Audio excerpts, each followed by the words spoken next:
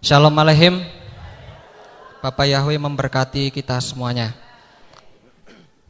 Pada kesempatan sore malam hari ini, saudara, kita akan berbicara tentang suatu hal yang umum, saudara. Kita akan belajar pengetahuan umum, yaitu mengenal simbol bintang Daud. Ya, kita mau mengenal sebuah simbol ini, saudara. Nah, simbol ini disebut bintang Daud. Kalau dalam bahasa Ibrani itu kohab. Kohab itu artinya bintang, ya. Kohab Daud artinya bintang Daud. Atau magen Daud. Kita biasa mengenal sebuah istilah namanya magen Daud. Magen itu artinya perisai, saudara. Magen Daud artinya perisai Daud, ya. Jadi simbol ini, saudara, itu bisa dipanggil sebagai kohab Daud atau magen Daud, ya. Nah, disebut sebagai perisai Daud, saudara, atau magen Daud itu bukan berarti perisainya Daud pada zaman dulu bentuknya seperti bintang Daud, itu bukan, saudara.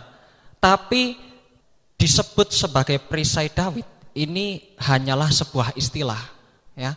Hanya sebuah istilah yang kita sudah banyak mendengar, yaitu Elohim adalah perisai. Elohim adalah perisainya Daud, maksudnya seperti itu. Ya, jadi disebut sebagai perisai Daud itu maksudnya dia berbicara menyebut Yahweh sebagai perisai Daud.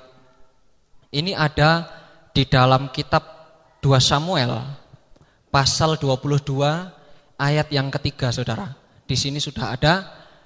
Di sana dikatakan, Elohimku ialah batu cadasku. Aku akan berlindung padanya. Perisaiku dan tanduk keselamatanku. Menaraku yang tinggi dan tempat pengungsianku, juru selamatku, engkau akan menyelamatkan aku dari kekerasan.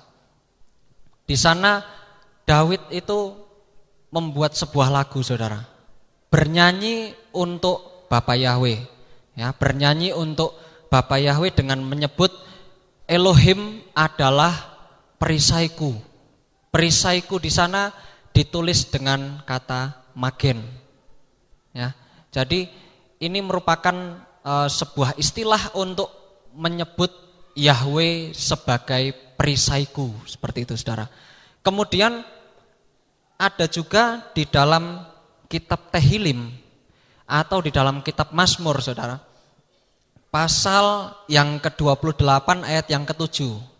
Di sana dikatakan, Yahweh adalah kekuatanku dan perisaiku, di dalam Dia hatiku percaya dan aku telah ditolong, dan hatiku sangat bersukacita dan aku akan menyanjung Dia dengan nyanyianku. Di sana Daud kembali bernyanyi untuk Bapa Yahweh, saudara. Di sana Bapa Yahweh kembali disebut sebagai perisaiku, namanya magen, ya. Jadi lambang magen Daud ini berbicara tentang Bapa Yahweh sebagai perisai kita, ya. Nah, kemudian berbeda dari simbol-simbol yang kita biasa lihat, saudara. Berbeda dari menorah, berbeda dari singa dari Yehuda, berbeda juga dengan shofar, berbeda juga dengan lulav, saudara. Kalau keempat simbol ini, saudara, keempat simbol ini memang tertulis di kitab suci, ya. Menorah itu tertulis di kitab suci. Shofar tertulis di kitab suci. Singa dari Yehuda juga tertulis di kitab suci. Dan lulav itu juga tertulis di kitab suci. Tetapi bintang Daud itu bukanlah simbol yang resmi, saudara. Bukan simbol yang tertulis di kitab Torah. Tapi bintang Daud ini hanya sebatas simbol yang digunakan oleh orang Israel, ya. Dari zaman dulu ini bintang Daud sudah pernah digunakan oleh bangsa Israel. Tapi simbol bintang Daud ini bukan merupakan simbol yang tertulis, ya. Bukan merupakan simbol yang tertulis. Kita akan lihat.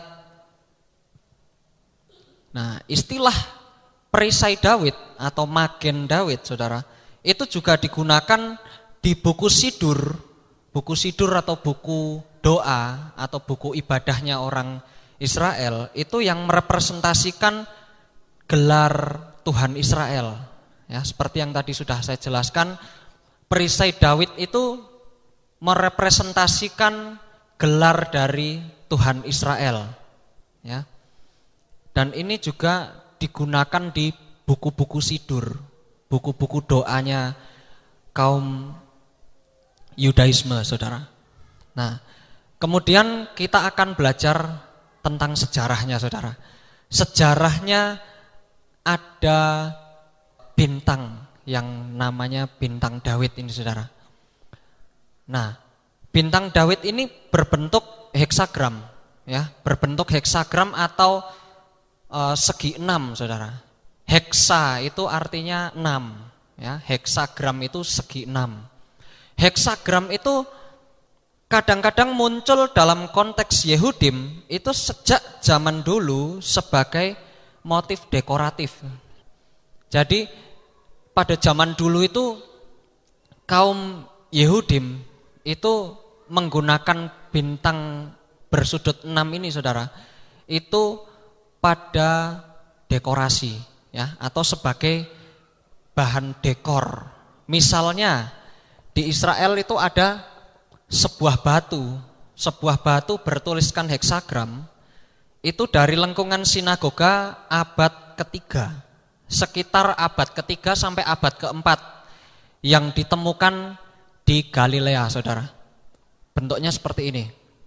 Itu batu sinagoga zaman dulu yang ada simbolnya bintang Daud, saudara. Kemudian kalau kita lihat di sinagoga, saudara, heksagram atau bintang Daud ini juga berkaitan dengan mezuzah. Ya, kalau kita memahami istilah mezuzah itu bentuknya seperti jimat, tapi dia bukan jimat, saudara.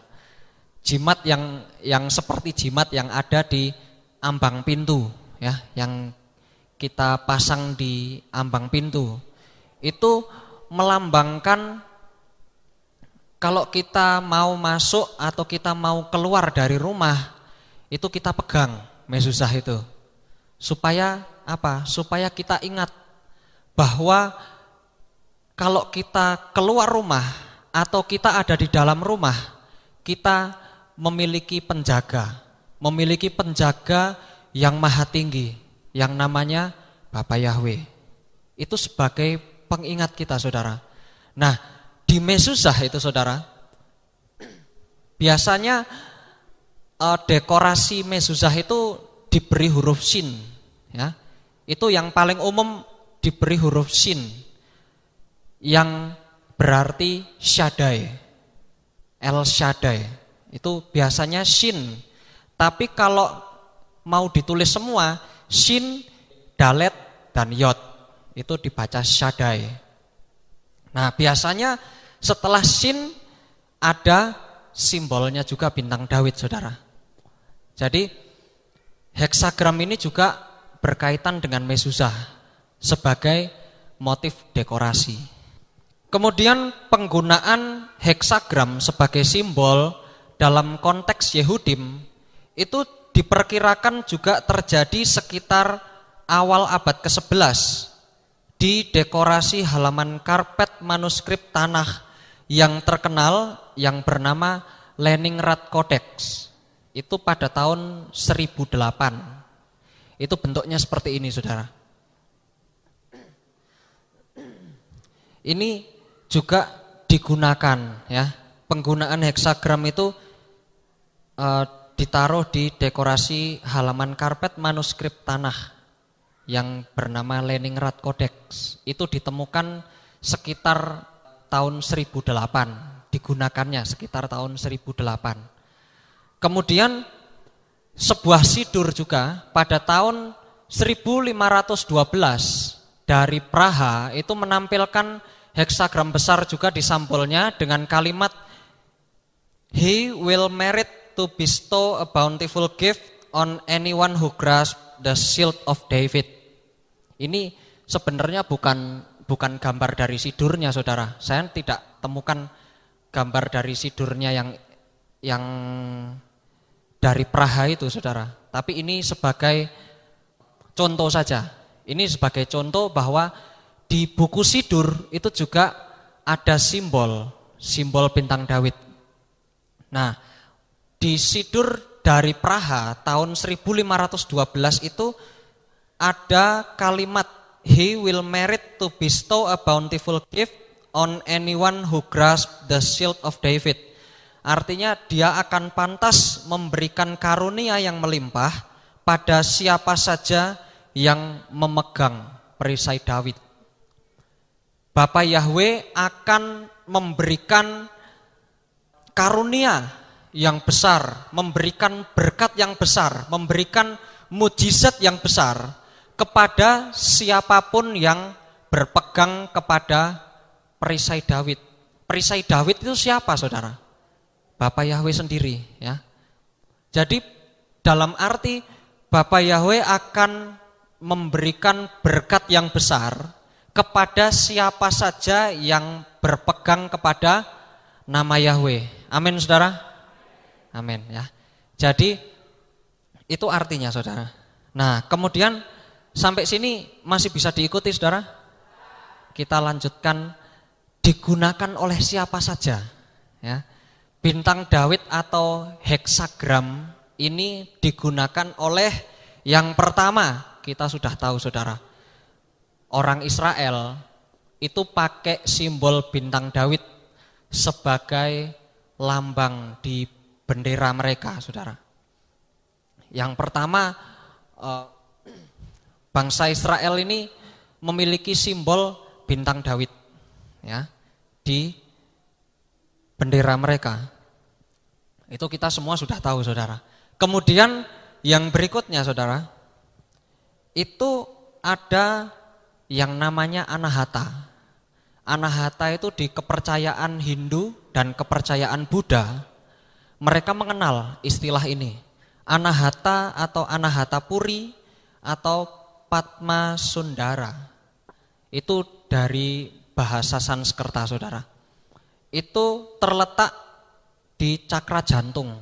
Kalau mereka ingin berkata tentang cakra jantung, Anahata, itu simbol mereka, simbol dari cakra jantung itu bintang Daud.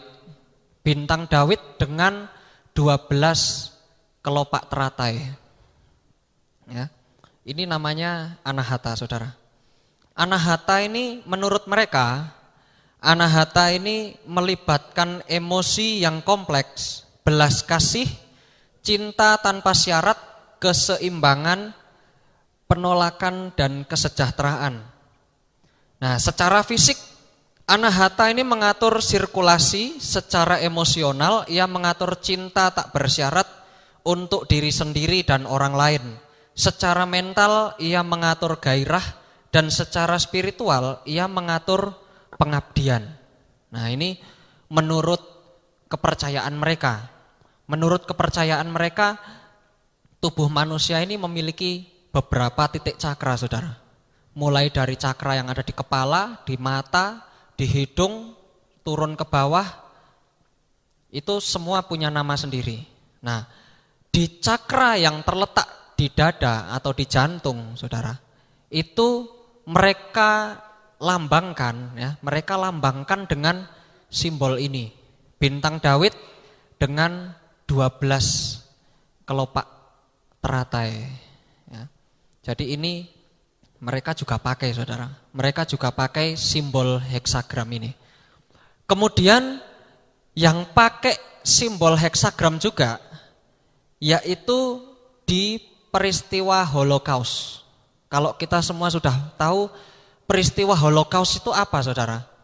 Peristiwa Holocaust itu adalah sebuah peristiwa di mana Hitler itu membantai 6 juta orang Yahudi pada zaman pemerintahannya Nazi.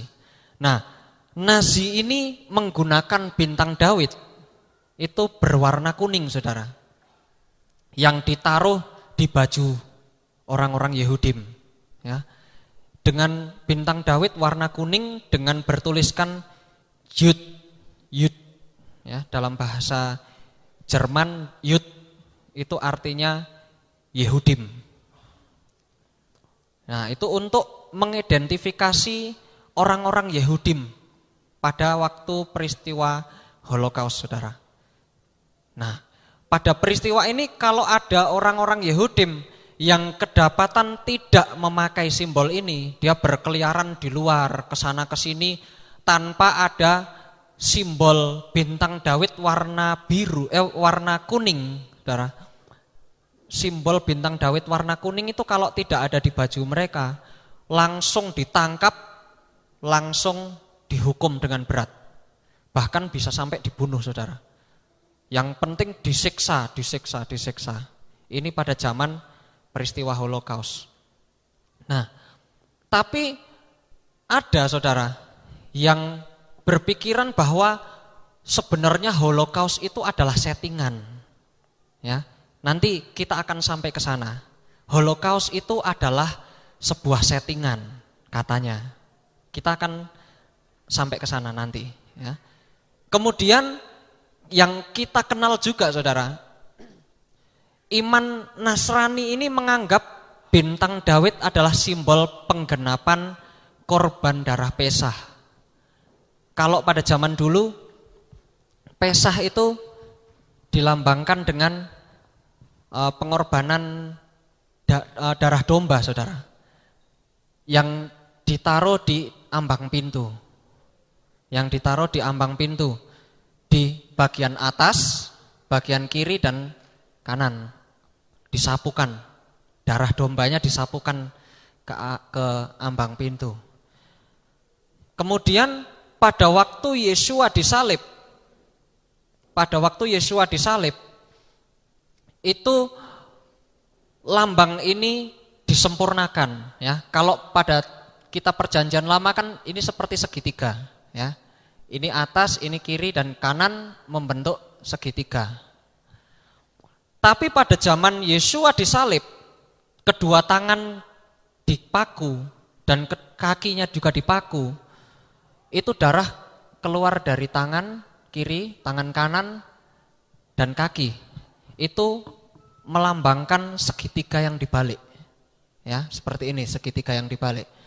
Kalau segitiga yang menghadap ke atas dan segitiga menghadap ke bawah, itu kalau disambung jadi bentuk bintang Daud, saudara. Ini iman Nasrani ini juga mengakui, ya, juga mengakui, menganggap bahwa bintang Daud ini adalah simbol dari korban darah Pesah. Kemudian agama tetangga sebelah, saudara, agamanya keluarga sebelah itu juga mengakui adanya bintang Daud, di mana mereka sebutnya Nasmat Daud, Nasmat Daud atau bintang Daud, ya, atau Hatem Sulaiman. Hatem Sulaiman ini meterai Sulaiman atau meterainya Raja Salomo. Nah, ini terletak, ini ada di pelana kudanya Morokoves, saudara. Ini pelana kudanya Morokoves, ini ada bintang Daudnya di sini, saudara. Ya, ada bintang Daudnya di sini. Mereka juga pakai lambang ini, saudara. Kemudian di kuburan Humayun yang berada di Delhi, India, mereka juga pakai simbol bintang Daud, saudara. Itu ada di kuburan Humayun. yang ada di Delhi, India. Kemudian mereka juga pakai juga saudara di koin 4 falus, ya, mata uang falus. Itu koin 4 falusnya itu ada simbol bintang Dawid juga. Itu pada zaman tahun 1873 di Maroko. Mereka juga pakai saudara simbol bintang Dawid ini. Kemudian di menara masjid Arasta itu di kota Prizren, negara Kosovo, itu juga ada simbol bintang Dawid, ya, seperti ini. Ini negara Kosovo ini ada di sebelah selatannya Serbia, ada di utaranya Makedonia. Itu negara Kosovo di bagian Eropa. Kemudian di kitab mereka, saudara, di kitab mereka pun juga ada, ya, bintang Dawid. Jadi mereka juga mengakui adanya bintang Dawid, saudara. Mereka juga memakai simbol ini, ya. Kemudian seperti yang kita sudah sering mendengar tentang percobaan dari Dr. Masaru Emoto. Dr. Masaru Emoto ini tentang air, ya. Melakukan percobaan eksperimen tentang air. Mereka berkata, dokter ini berkata, air yang sehat adalah air yang berbentuk heksagonal. Air yang memiliki kualitas yang baik, itu menurut Dr. Masaru Emoto, itu adalah air yang berbentuk heksagonal. Heksagonal atau segi 6, ya. Ini merupakan foto molekul air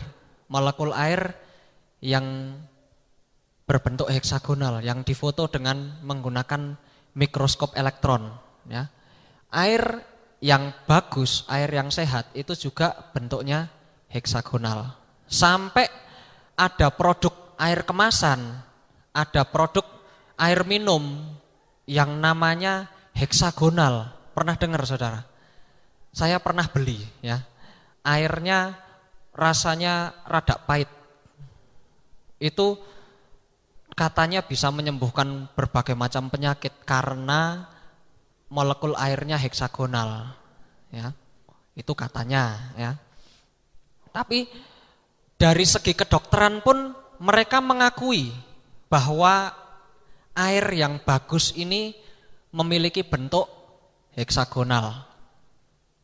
Kemudian yang kita pernah dengar juga, saudara, yang namanya keluarga Rothschild. Keluarga Rothschild ini juga menggunakan simbol bintang Dawid, tapi mereka kasih warna merah. Rothschild ini adalah keluarga dari Jerman, saudara. Orang Yahudi Jerman, ya, orang Yahudi Jerman. Mereka karena keturunan Yahudi, ya, pakainya balik lagi ke simbol orang-orang Yahudi juga, saudara.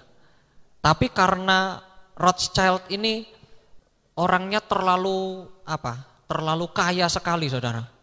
Ya, nama keluarga Rothschild ini sangat terkenal sekali, merupakan sebuah keluarga yang sangat kaya raya, multi triliuner yang ada di dunia ini. Tapi anehnya keluarga Rothschild ini tidak pernah masuk ke dalam daftar orang-orang terkaya di dunia, ya. Kenapa? Karena selidik punya selidik, mereka ini yang mendalangi New World Order, saudara. Mereka mendalangi pemerintahan dunia baru. Karena mereka ini orangnya terlalu kaya sekali, ya. Sampai mereka bisa mengatur mata uang. Kalau kita sebagai orang-orang biasa, kita bisanya cuma pakai uang, ya. Kita bisanya cuma pakai uang. Tapi keluarga Rothschild ini mereka yang mengatur mata uang. Keluarga Rothschild ini memakai simbol bintang Daud itu sejak 1769. Ya. Padahal bintang Daud itu sudah ada sejak abad ketiga.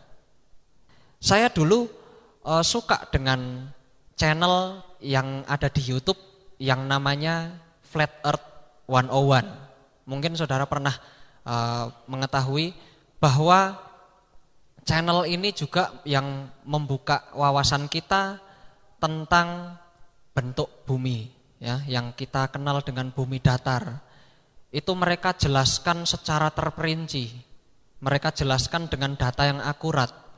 Tapi ternyata yang kemarin saya mendengar atau menonton video terakhir mereka, Flat Earth yang ke-15, episode 15, itu ternyata yang memiliki channel ini dia menyinggung masalah Rothschild ini, saudara. Dia menyinggung masalah Rothschild dan juga menyinggung pembentukan negara Israel. Nah, tapi sayangnya orang ini memiliki sumber itu dari yang tidak bisa dipercaya atau hanya kata orang saja. Ini yang sangat disayangkan. Kita akan tonton videonya. Bisa minta tolong ini diklik aja. Bendera Zionis Israel bukan simbol bangsa Yahudi, melainkan logo yang dipakai sebagai lambang keluarga Rothschild sejak tahun 1769. Perisai merah yang dalam bahasa Jerman disebut Rothschild. Ya. Jadi orang ini itu berkata bahwa logo atau simbol dari bintang Daud ini bukan berasal dari orang Israel katanya. Bukan berasal dari orang-orang Yahudi.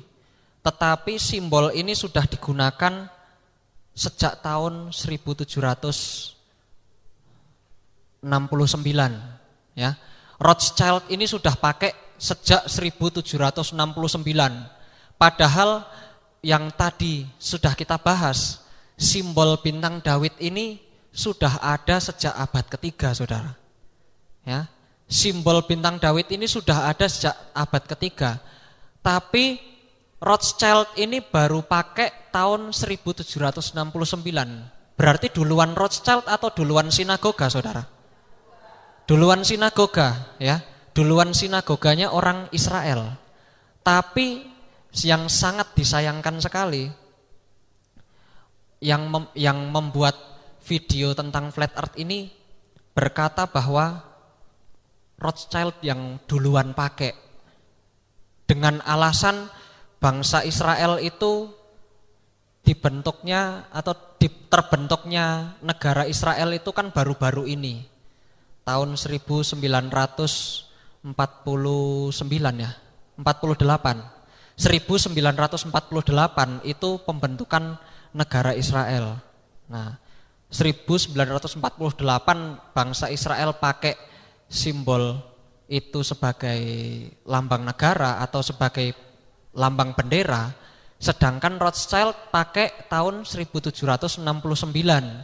Menurut yang membuat video itu duluan Rothschild katanya. Padahal yang ini itu ditemukan di sinagoga di Galilea, itu dipakai pada abad ketiga.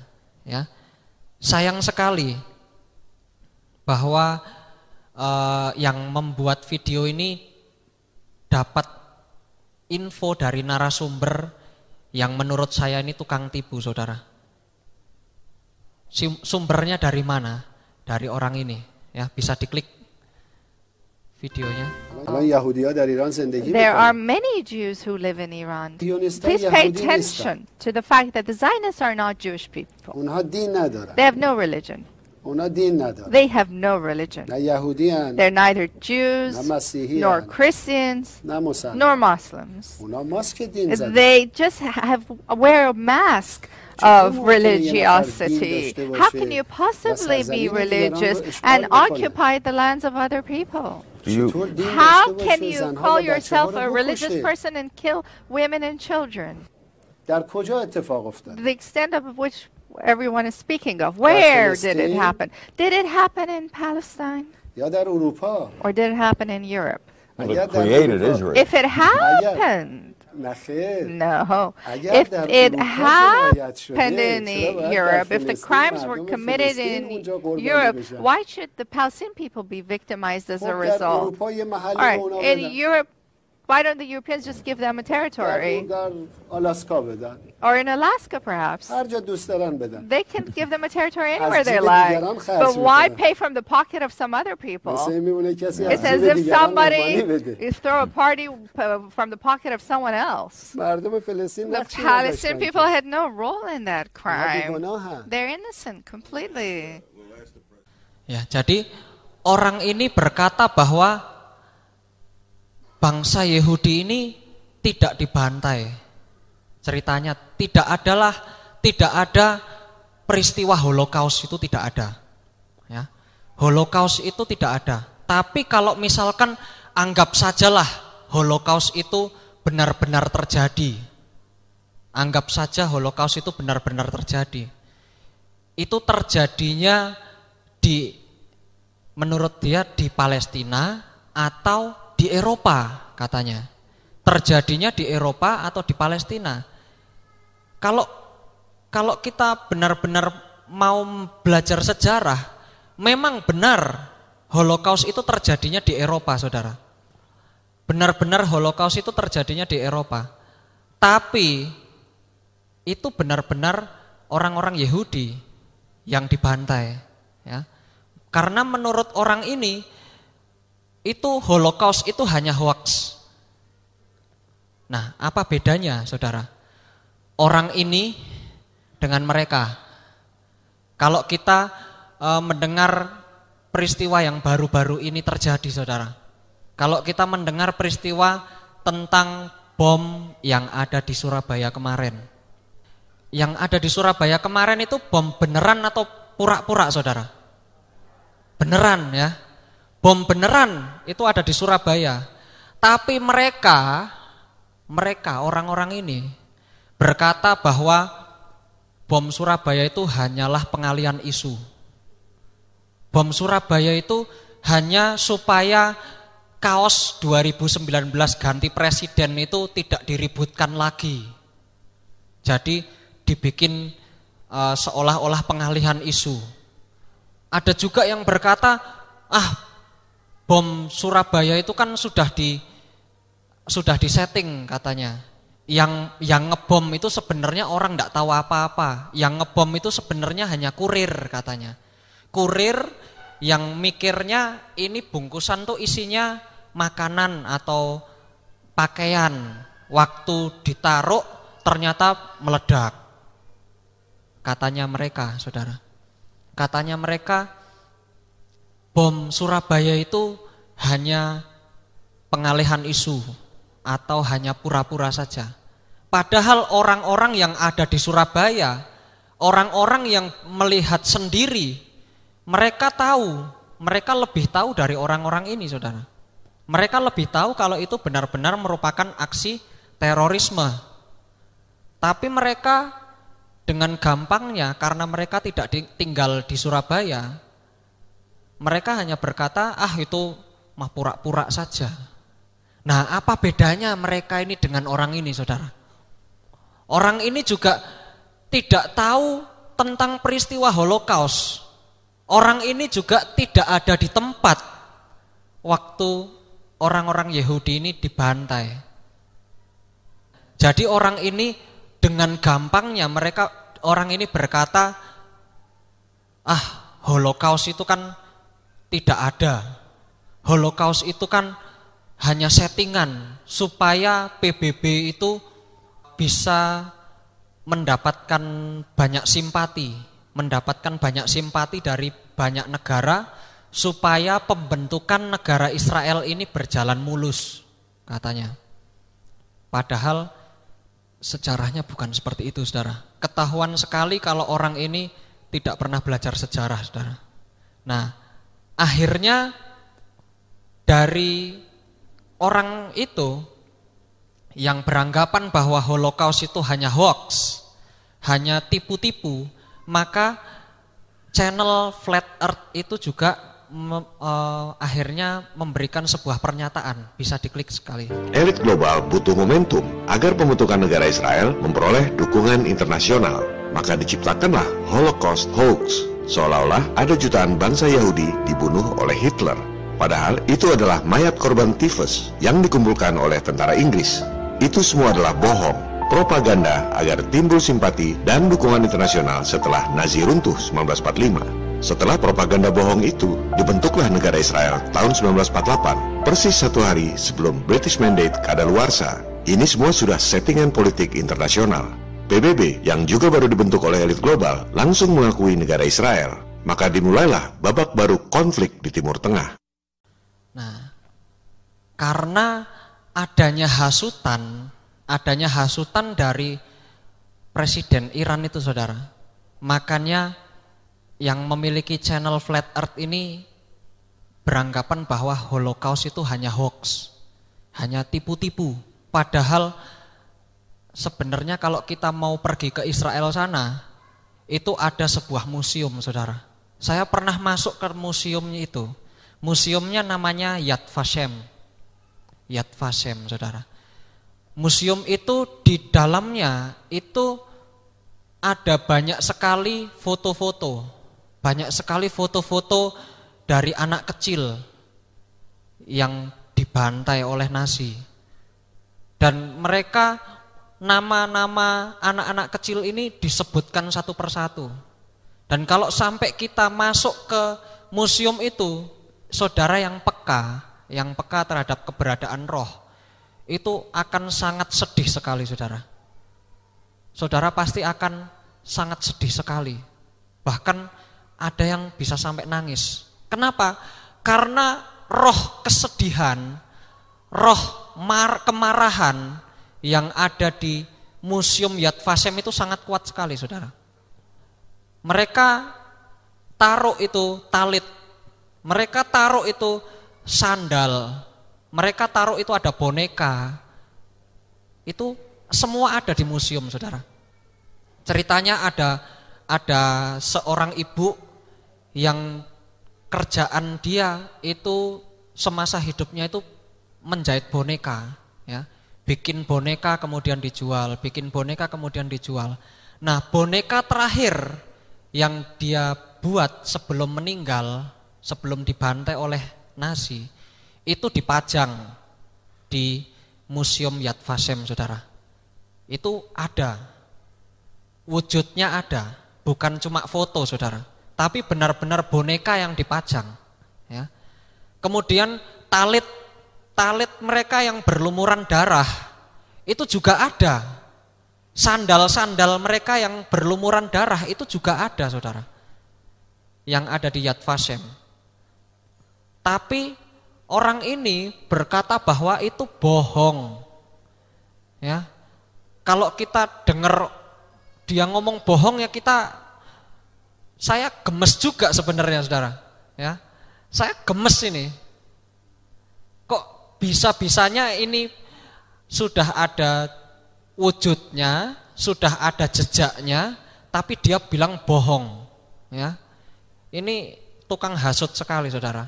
Makanya kalau saudara yang sudah menonton video Flat Earth yang terakhir, itu jangan sampai ikutan terpancing, saudara, ya. Jangan sampai ikut-ikutan terpancing emosinya lalu berkata bahwa Holocaust itu hoax. Saya katakan Holocaust itu tidak hoax, saudara. Holocaust itu benar-benar ada. Dan bahkan ada yang selamat, ya. Ada testimoni dari orang yang selamat, saudara. Tidak saya tayangkan videonya. Tapi benar-benar ada orang yang selamat dari pembantaian itu, saudara. Nah, kalau sampai orang yang selamat dari pembantaian itu dengar apa kata dia, kira-kira lebih gemes enggak, saudara? Lebih gemes lagi, ya. Karena orang itu yang mengalami. Jadi dari poin ini kita jangan sampai terhasut, ya. Kita belajar sejarah. kita mau belajar sejarah supaya kita bisa mengetahui apa yang terjadi sebenarnya, saudara. Nah, kalau kita belajar sejarah, Raja Daud dan Raja Salomo itu membesarkan kerajaan Israel hingga disegani oleh seluruh dunia. Namun setelah Raja Salomo ini mati, saudara, setelah Raja Salomo ini mati, Israel terpecah menjadi dua, Israel Utara dan Israel Selatan. Masih ingat nama raja yang baik, namanya siapa, saudara? Yerobeam, Rehabeam, ya. Nama raja yang dari Yehuda itu namanya Rehabeam. Sedangkan raja yang mengkudeta, yang berusaha mengkudeta itu namanya Yerobeam, ya. Rehabeam itu yang merupakan raja Yehuda.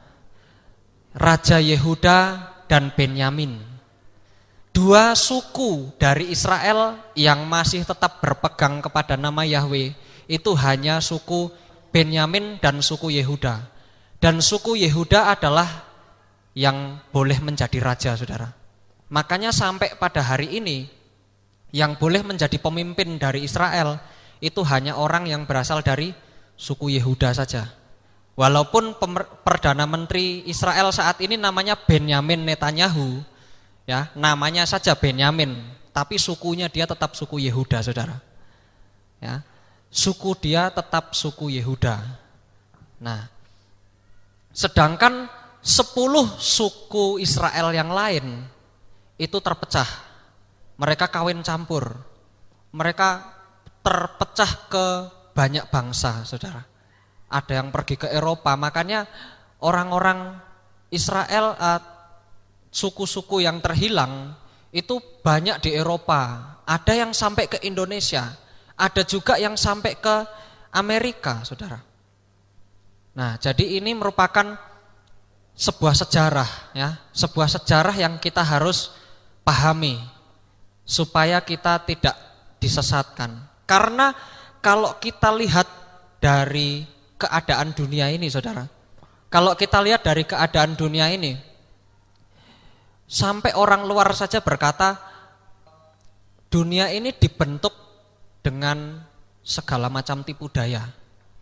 Dunia ini segala peristiwanya itu dibentuk dari pembodohan yang satu, kemudian ditutup oleh kebodohan yang lain, kemudian ditutup lagi dengan tipuan-tipuan yang lain.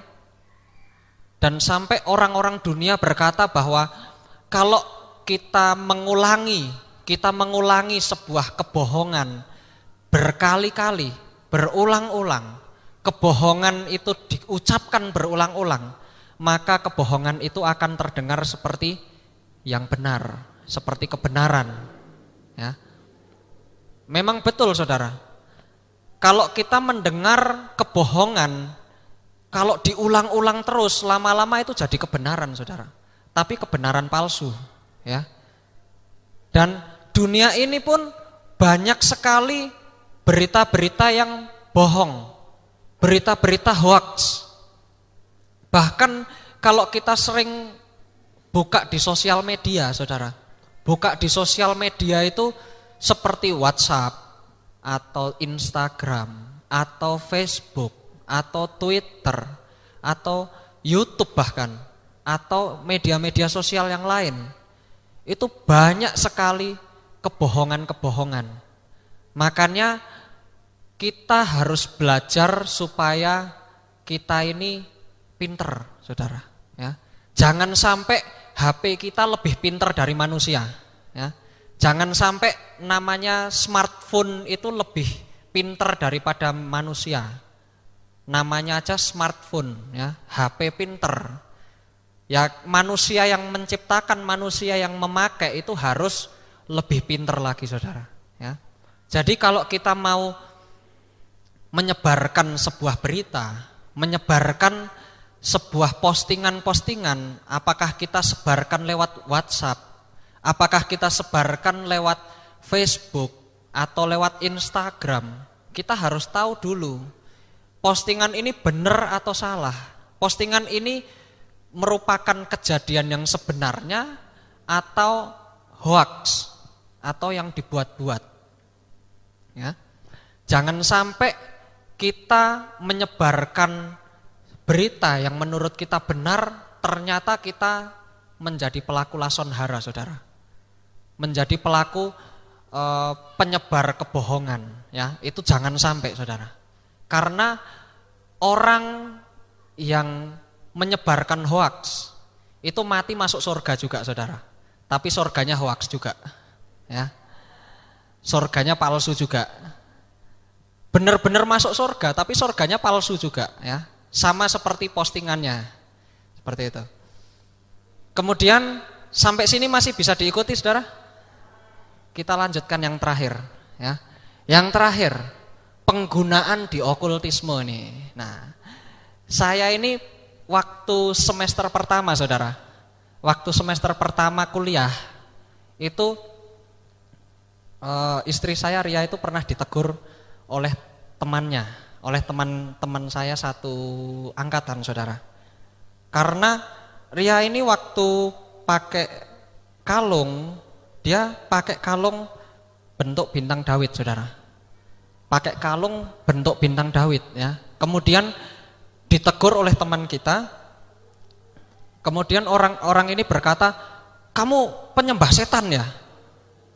"Loh, penyembah setan dari mana?" "Lah itu kalungmu," katanya. Kalung bintang Daud itu kata mereka penyembah setan, saudara. Padahal orang ini orang Kristen, ya. Padahal yang menegur kita ini orang Kristen, saudara. Nah, ini kenapa kok orang ini tidak memiliki pemahaman? Karena orang ini tidak pernah belajar, saudara. Mereka hanya berkata bahwa, oh, bintang Daud kan digunakan di okultisme. Bintang Daud ini digunakan di sekte-sekte penyembah setan. Mereka itu pakai lambang bintang Daud. Buktinya di mana? Buktinya bintang Daud itu adalah bintang sudut 6. 6 sudut bintang, kemudian ada 6 segitiga yang ada di samping. Ini 1, 2, 3, 4, 5, 6. Ada 6 segitiga. Kemudian heksagonal itu sudutnya sisinya ada 6. Jadi 6 segitiga kecil, 6 segitiga besar, dan 6 sisi heksagonal. Kalau digabung jadi 666 katanya, saudara. Kemudian segitiga yang digunakan itu memiliki sudut 60, 60, dan 60. 666. Ya. Itu kata mereka yang menganut okultisme. Nah, setan itu sebenarnya begitu kurang ajar, saudara. Karena setan ini tidak pernah bisa membuat hal yang baru, ya. Setan itu tidak pernah bisa menciptakan segala sesuatu yang baru, saudara. Pasti setan itu akan gunakan apa yang sudah ada. Pasti itu, apa yang sudah ada. Nah, kemudian kita kemudian ada yang mendengar seperti ini lalu berkata, lah itu pentagram segitiga atau bintang sudut 5 ada di mana? Apakah pentagram itu buatannya setan? Pentagram itu sebenarnya bukan buatan setan, saudara. Bintang bersudut 5 itu sebenarnya adalah meterai Salomo atau Hatem Sulaiman dalam bahasa Arab. Hatem Sulaiman itu meterai Salomo itu 2 bentuk. Yang pertama bentuk heksagram, yang kedua bentuk pentagram. Ya. Jadi meterainya Salomo itu ada 2 bentuk sekali lagi. Pentagram dan heksagram. Jadi kalau setan itu memakai pentagram itu bukan berarti setan itu membuat simbol sendiri, tidak. Setan itu juga pakai simbol yang sudah ada. Ya. Setan itu pakai simbol yang sudah ada. Kemudian dari okultisme itu menggunakan darah sebagai kunci heksagram dalam tanda petik. Okultisme itu menggunakan korban darah, saudara. Waktu mau melakukan ritual pasti menyembelih. Biasanya menyembelih anak kecil, ya, atau menyembelih kuda. Lalu ada simbol pentagram atau simbol heksagram yang diberi lingkaran seperti itu. Ada simbol heksagram yang ada di tanah, kemudian di dalam simbol itu baru dilakukan penyembelihan anak atau penyembelihan kuda. Ini sebenarnya setan nyolong juga, saudara. Dari mana? Dari korban darah Pesah, ya. Karena Pesah itu juga simbolnya Pesah adalah bintang Daud, ya. Pesah itu juga simbolnya darah. Pesah itu simbol dari kita mengorbankan darah. Yesua dikorbankan juga pada waktu Pesah. Nah, setan itu menggunakan okultisme juga melakukan pengorbanan darah. Ini nyolong lagi, saudara. Ya. Kemudian ada yang ngomong, kalau dalam bahasa Inggris kata hex, H-E-X, itu artinya kutuk. Kalau kita searching dalam bahasa Inggris, translate, ya, yang sekarang gampang itu translate Google, saudara. Kita tulis kata hex, H-E-X, itu keluarnya memang benar-benar kutuk, saudara. Kata hex itu artinya kutuk. Nah, menurut mereka kalau pakai heksagram itu ada kata hexnya. Jadi hex itu bisa diartikan kutuk. Padahal sebenarnya yang ditekankan dalam bintang Daud itu bukan hex, tapi apa? Heksa, ya. Heksa itu artinya 6, ya. Kita tidak usah lihat hexnya, kita lihat heksagram, bintang bersudut 6 atau segi 6, ya. Kemudian kalau kita lihat ini 666, saudara, bisa enggak kita sebut ini benar? Ya bisa benar, bisa tidak. Itu tergantung dari pola pikir kita, saudara. Tergantung dari pola pikir kita. Kalau kita mau melihat dari pola pikir yang orang-orang Yudaisme itu percayai, mereka percayanya seperti ini, saudara. Segitiga kecil yang ada di samping-samping ini itu merupakan simbol dari 6 hari. Simbol dari 6 hari. Hari pertama, hari kedua, hari ketiga, hari keempat, hari kelima, hari keenam, dan di tengah yang besar ini adalah hari Sabat. Ya. Mereka tidak lagi sebut 6, saudara, tapi ada 7. Ya. Yang di tengah ini besar, jangan sampai tidak kelihatan, saudara. Yang besar itu tidak kelihatan, yang kecil malah kelihatan, ya. Itu kebalik. 1, 2, 3, 4, 5, 6, 7. Tengahnya adalah hari Sabat. Itu menurut orang-orang Yudaisme. Kemudian menurut orang-orang Yudaisme juga, ini adalah simbol dari 12 suku bangsa Israel, saudara. Simbol dari 12 suku bangsa Israel. Ini terdiri dari 12 segitiga kecil, ya. 1, 2, 3, 4, 5, 6, 7, 8, 9, 10, 11, 12. 12 suku bangsa Israel. Ini menurut orang-orang Yudaisme, saudara. Kemudian kalau kita mau melihat, ini kita sedikit bermain angka, saudara. Kita mau sedikit bermain angka, ya. Nah, di bintang Daud ini itu ada 12 titik. 12 titik yang dihubungkan oleh 6 garis, ya. 1 2 3 4 5 6. Ini titiknya ada 1 2 3 4 5 6 7 8 9 10 11 12, ya. Urutannya seperti itu. Kita lihat yang pertama, 10 ditambah 2 ditambah 5 ditambah 9. Yang pintar matematika boleh dibuktikan. Hasilnya 26. 26 itu apa, saudara? Angka gematrianya apa? Angka gematrianya nama Yahweh, ya.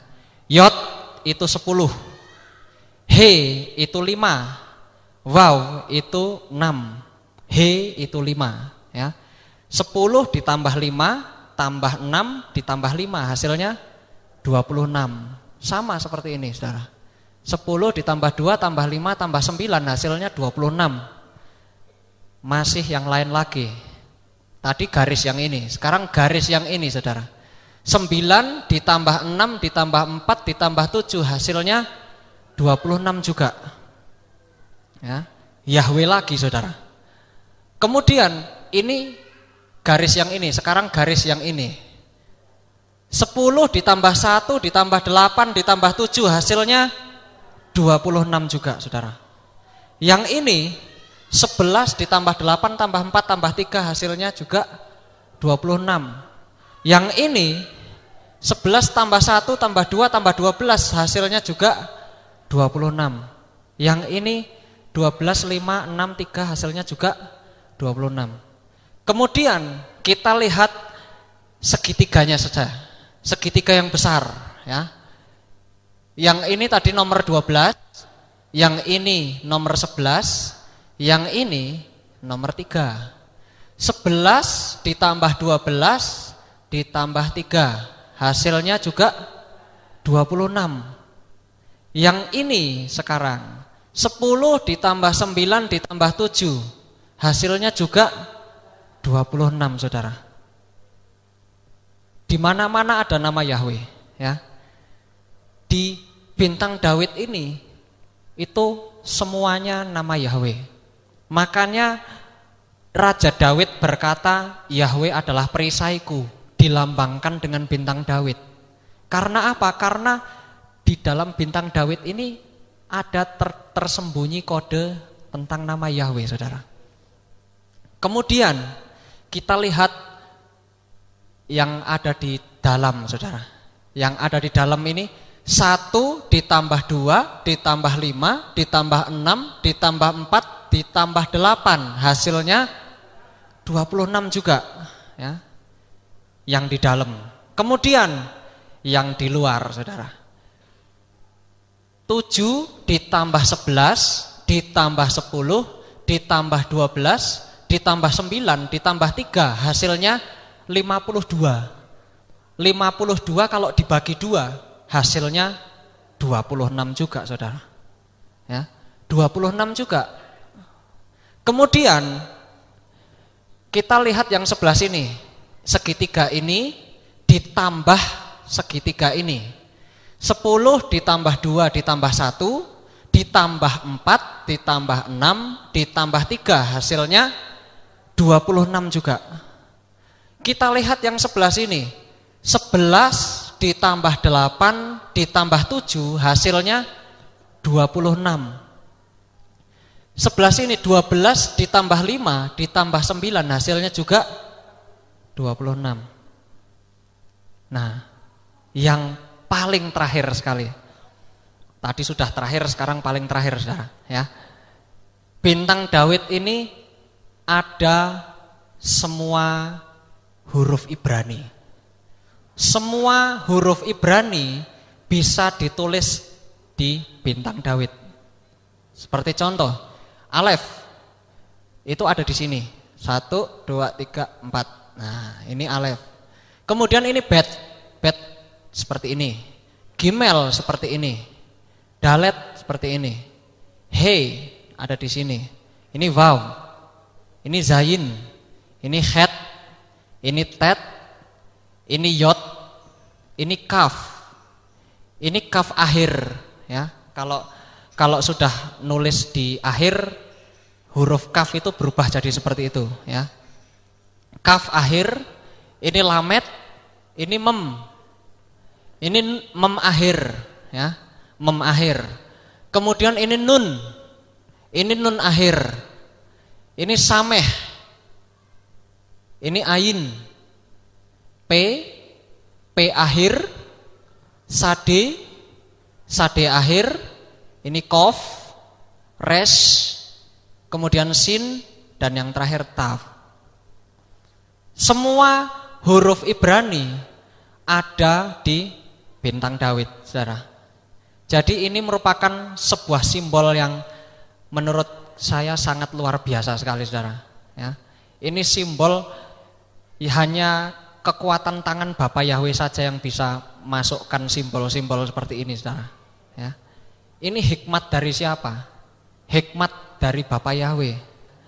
Jadi kalau kita mendengar dari luar bahwa heksagram itu adalah buatan dari setan, ya kita tidak usah urusan, saudara. Setan itu bukan bikin, ya.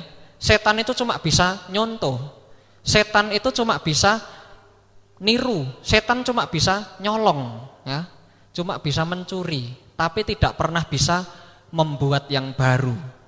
Jadi dari poin pada malam hari ini, saudara, kita belajar bahwa simbol bintang Daud itu sebenarnya bukan berasal dari setan, tapi simbol bintang Daud itu melambangkan nama Yahweh, nama Tuhan kita, nama yang besar. Disebut sebagai perisai Daud, disebut sebagai perisai kita juga. Amin, saudara. Bapak Yahweh memberkati kita semua. Nah, kita akan tutup di dalam doa.